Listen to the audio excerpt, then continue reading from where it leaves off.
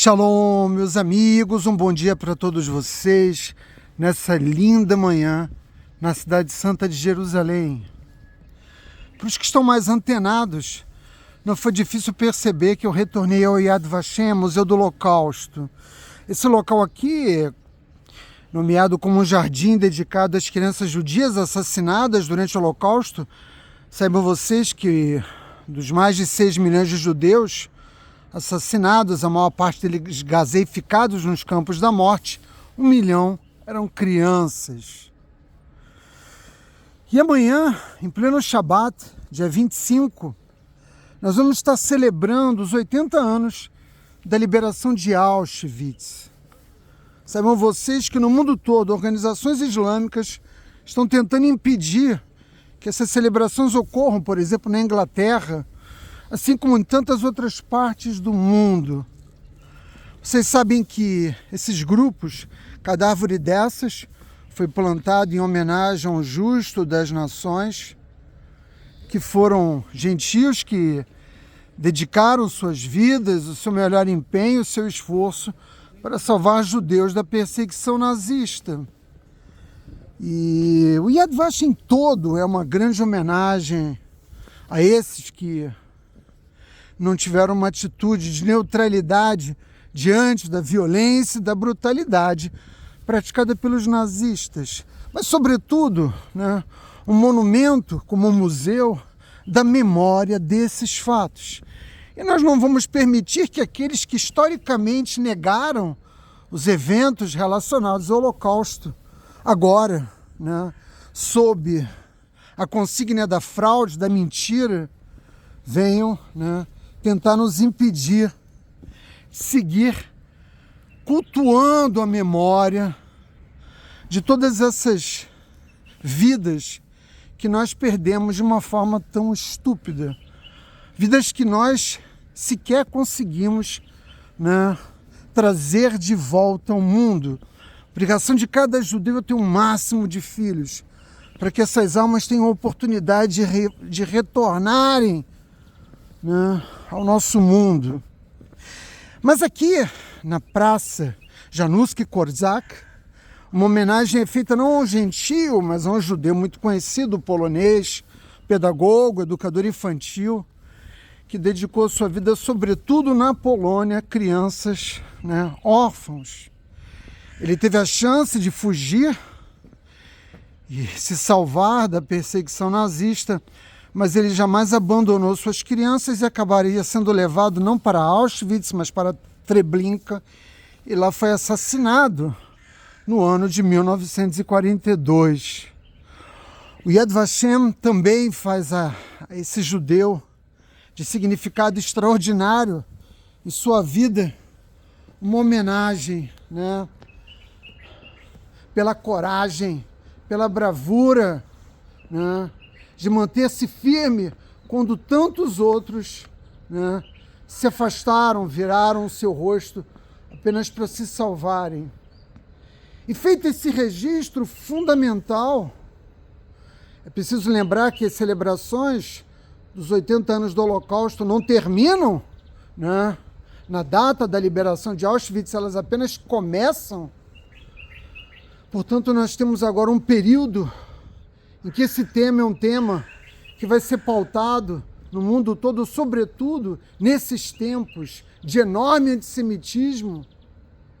Nós, sobretudo nós judeus conscientes, temos a obrigação de manter acesa a chama da memória em respeito a todos aqueles que morreram em Kiddush Hashem, sobretudo louvando o Criador dos mundos.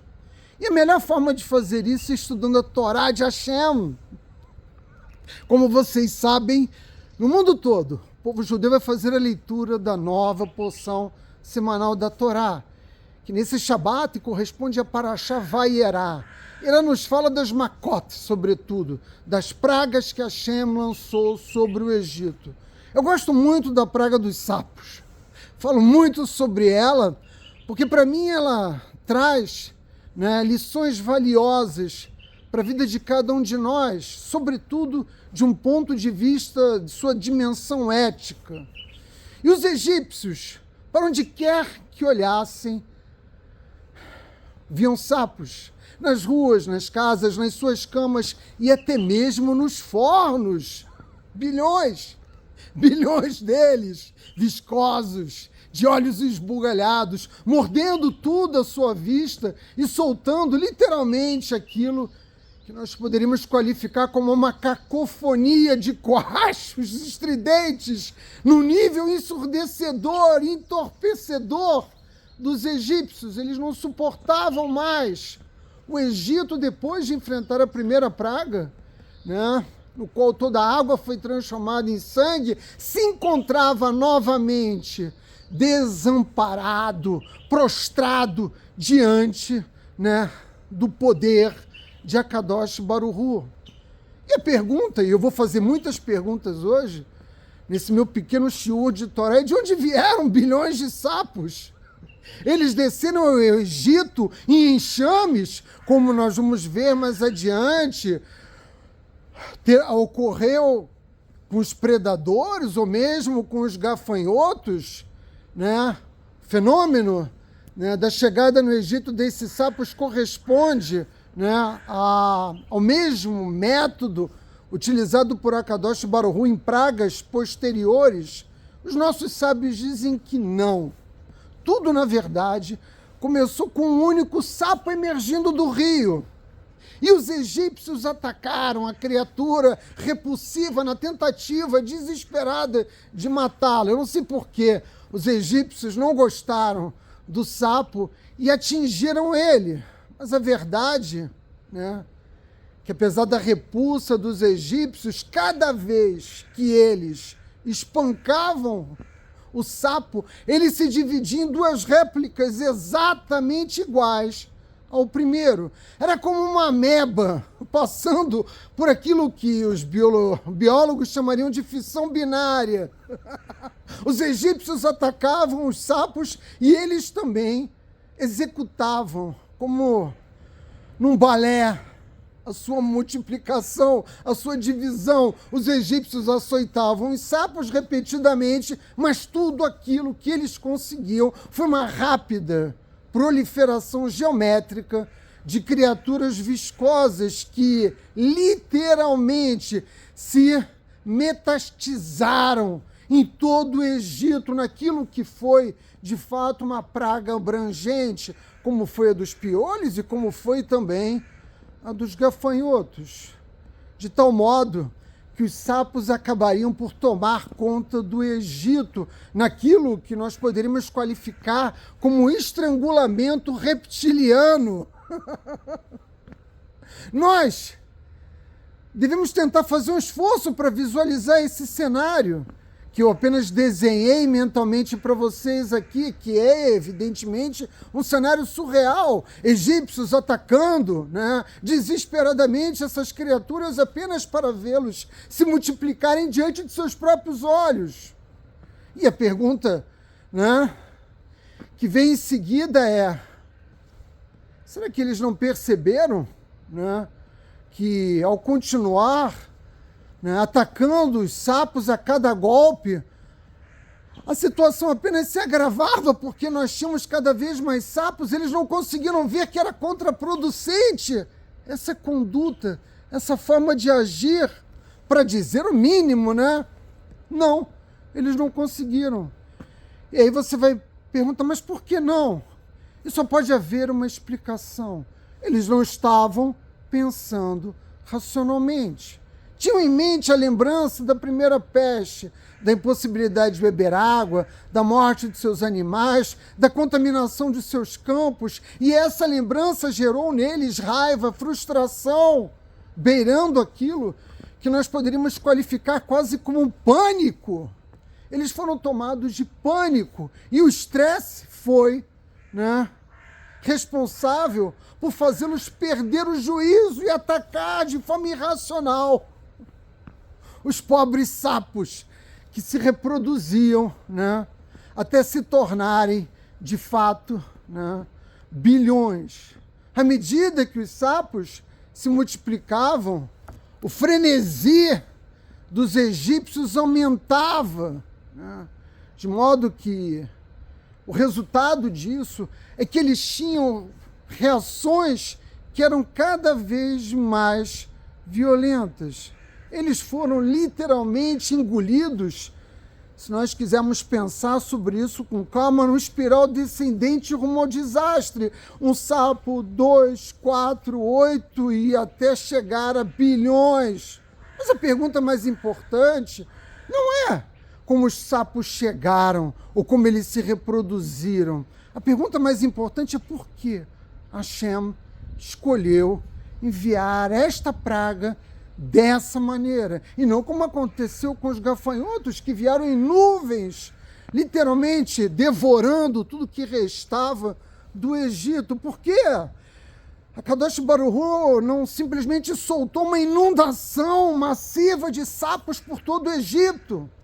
E os comentaristas da Torá, os Mefarshim, explicam que Hashem sabia que os egípcios agiriam de uma forma absolutamente irracional. Na verdade, essa foi a mensagem crucial dessa praga, porque cada uma delas trazia no seu interior pelo menos uma mensagem, na verdade muitas, como nós vamos ver aqui, mas uma mensagem crucial dessa praga é muito simples. Assim como era fútil e irracional atacar violentamente, açoitando os sapos, também era irracional e inútil desafiar a vontade e o poder de Akadosh Baruch Hu. Mas o medo dos egípcios e a sua repulsa fizeram com que eles perdessem completamente seu senso de razão, seu juízo. E dessa forma insistir em manter, o método de lidar com os sapos e também de manter o povo judeu escravizado. Hashem, nós poderíamos dizer, deu à praga dos sapos um aviso dentro de outro aviso. Mas eles escolheram, os egípcios, desconsiderar completamente a mensagem que chegava até eles. E me permitam dizer a vocês que para aqueles que se dedicam ao estudo da sabedoria da Torá, a mensagem está concluída. É tão evidente, tudo que nós podemos aprender aqui, mas eu me obrigo a aprofundar um pouco mais, para dar oportunidade daqueles que não vieram até aqui nesse entendimento, visualizarem melhor, o profundo significado do que está em jogo aqui, E por isso eu me obrigo a contar uma breve história. Um comerciante procura um sábio do povo judeu, porque ele se encontrava em grandes dificuldades financeiras. Ele diz a esse sábio: meus negócios não estão indo bem, eu estou perdendo tudo o que eu tenho, simplesmente porque os clientes não vinham até a minha loja, e eu já fiz tudo que estava ao meu alcance. Eu renovei a minha loja em reformas incontáveis e gastei fortunas com propaganda, merchandising em todos os locais em que era possível. Gastei com publicidade o que não poderia gastar. E apesar de todos esses esforços, eu não consegui obter aquilo que eu buscava, que era o aumento das vendas na minha loja, que os clientes viessem até a loja. E o sábio pensou e disse a ele: você está olhando na direção errada. Você não sabe o que fazer porque você está fazendo a coisa errada. Você está tentando atrair os clientes, sobretudo com um produto que é inferior ao que os seus concorrentes têm. Portanto, investir em publicidade, renovar a fachada da loja, ou mesmo a infraestrutura da loja, de nada vai adiantar. Você precisa olhar para dentro. Você precisa melhorar a qualidade dos produtos. Melhora os produtos e os clientes vão voltar. Você tentou de muitas formas, e agora eu estou falando com você que me ouve do outro lado dessa câmera. Você tentou de muitas formas alcançar certos objetivos na sua vida e insistiu, como o egípcio açoitando os sapos. mas você não alcançou o resultado. E a resposta é evidente. Você não olhou para dentro. Você não promoveu a mudança necessária. Tem alguma coisa errada, é muito errada, em tudo aquilo que você está fazendo. Ou seja, do seu jeito, a coisa não está indo. E você já recebeu, assim como os egípcios, uma mensagem do céu. Muda, promove uma mudança significativa na tua existência. Melhora o teu produto, melhora a si mesmo. Como eu sempre digo, aqui nesse canal, busque a sua melhor versão, mas tu é teimoso. A humanidade tem sido teimosa, e os egípcios, particularmente, teimosos no episódio da praga dos sapos. E o teimoso, ele bate com a cabeça na parede, não se modifica, ele não promove, né? Na sua forma de agir, na sua conduta, nas suas ações, os passos fundamentais para mudar completamente a sua vida. De tal modo que eu digo a vocês, como estudioso da Torá, a sabedoria deve sempre prevalecer, mas ela é um patrimônio tão raro nos dias de hoje, nesse mundo de redes sociais, em que a estupidez tem lugar. No último vídeo, uma pessoa me elogiou: você se comunica tão bem. Eu não sou estudioso da língua portuguesa, eu sou apenas alguém alfabetizado, escolarizado, né? E como é raro nos dias de hoje encontrar pessoas que se comuniquem com clareza, né? Utilizando, quem sabe um dia eu consiga falar hebraico também com esse nível, né? De clareza, coisa que eu ainda não alcancei. Mas a verdade é que nós não permitimos que a nossa mente assuma o controle das nossas existências. E o que tem controle das nossas existências? A teimosia, a raiva, né? Que nos move, que nos faz agir na direção contrária dos mesmos objetivos que nós estamos buscando, que estamos perseguindo e não alcançamos. Olhe, e eu digo a você, olhe para dentro do seu próprio infortúnio e perceba que do jeito que você está fazendo, não vai acontecer. Você não vai encontrar o amor da sua vida. Você não vai ter os filhos que você quer ter, e muito menos eles serão sábios. Você não vai alcançar a parnassá que você deseja. Você não vai resolver aquele problema de saúde, ou conflito familiar, ou aquele emprego melhor, ou a casa dos seus sonhos. Tudo depende de uma mudança pessoal. As bênçãos de Hashem são infinitas. Não há limite para aquilo que nós podemos receber. Mas para poder receber, é preciso se sintonizar ao Criador. E a gente não se sintoniza ao Criador indo ao culto. A gente se sintoniza ao Criador agindo, né, conforme preconizam os valores da Torá. Isso vale tanto para nós judeus como para os monoteístas. Olhe para dentro do seu infortúnio, encontre a resposta. Se você for capaz de fazer isso, né, eu tenho certeza que você vai alcançar os objetivos que você pretende. Shabbat Shalom.